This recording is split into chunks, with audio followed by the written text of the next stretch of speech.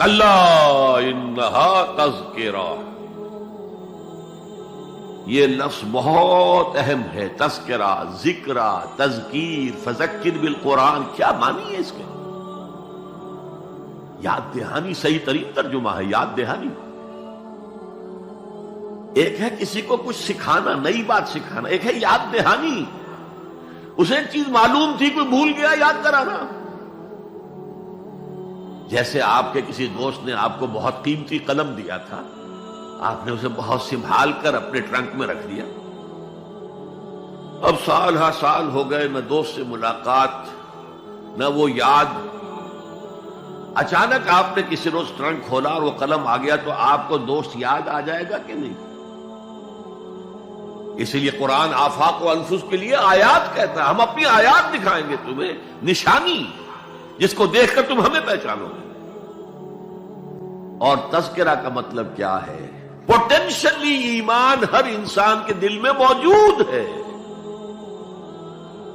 یہ جو روح جو ہمارے قلب کی مسکن مکین ہے، اس میں اللہ کی معرفت بھی ہے، اللہ کی محبت بھی ہے. البتہ ذہول کے پردے پڑ گئے ہیں، بھول اور نسیان طاری ہو گیا ہے. ہم دنیا ہی کے اندر گم ہو کر رہ گئے ہیں. ہماری ساری دلچسپیاں دنیا سے ہیں، لہذا ہماری توجہ ہی نہیں ہے. ورنہ ہر انسان کے دل میں یہ جو یہاں ہندوستان میں کہتے ہیں آتما اور پرم آتما، آتما اور پرم آتما کا تو تعلق بہت گہرا ہے. ابتدا میں بنا دی گئی تھی ارواح، جب ہم سب کے سب تمام انسان آدم سے لے کر اور تا قیامت جو انسان آئے گا دنیا میں، ان سب کی ارواح پیدا کر دی گئی. اور پوچھا گیا الستو بربکم قالوا بلا، یاد ہے؟ لہذا یہ تذکرہ ہے، یہ یاد دہانی ہے، تمہارے اندر موجود ہے. اللہ کی معرفت بھی موجود ہے، اللہ کی محبت بھی موجود ہے. لیکن کلا بل ران علی قلوبہم ما کانوا یعملون، ان کے دلوں پر زنگ آ گیا ہے اب ان کے اعمال کی وجہ سے.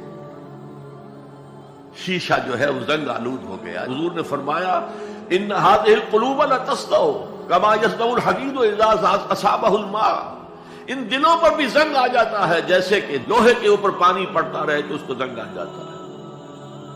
پوچھا گیا فما جلاؤھا یا رسول اللہ، اے اللہ کے رسول ہماری تلواروں کو زنگ لگتا ہے، ہم پالش کرتے ہیں، سیکل کرتے ہیں، وہ پھر چمک اٹھتی. تو دل پر اگر زنگ آ جائے تو اس کا علاج کیا ہے؟ دو چیزیں فرمائی، کثرت و ذکر الموت و تلاوت القرآن. دو کام کرو کثرت سے، موت کو یاد رکھو، یہاں رہنا نہیں ہے، جانا ہے. یہ ہمارا گھر نہیں ہے، یہ ہماری منزل نہیں ہے. ہمارا اصل گھر جو حضور نے فرمایا انما الدنیا خلقت لکم وانتم خلقتم للآخرہ، یہ دنیا تمہارے لیے بنائی گئی، تم آخرت کے لیے بنائے گئے. اسی لیے حضور نے فرمایا کن فی الدنیا کانک غریب وعابر السبیل، دنیا میں ایسے رہو جیسے راہ چلتے مسافر ہو یا اجنبی ہو. اپنے بارے میں فرمایا مالی ولی دنیا، مجھے تمہاری دنیا سے کیا سروکار، انما مثلی کراکب استظل تحت شجرۃ ثم راح فترکا، میری مثال اس مسافر کی سی ہے جو ذرا سستانے کے لیے کسی درخت کے سائے میں بیٹھتا ہے تھوڑی دیر. وہ اس کا گھر تو نہیں ہے، اس کی منزل نہیں ہے، پھر وہ اس کو چھوڑتا ہے، اپنا راستہ لیتا ہے. یہ اگر ہمارا تصور قائم ہو جائے، کلا انہا تذکرہ. اب اس کے بعد جو الفاظ آئے فی صحف مکرمۃ مرفوعۃ مطہرۃ بایدی سفرۃ کرام بررہ،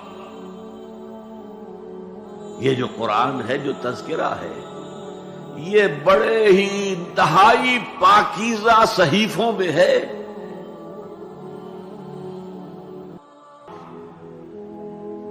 بے ایدی سفرۃ، یہ کن کے ہاتھوں میں ہے؟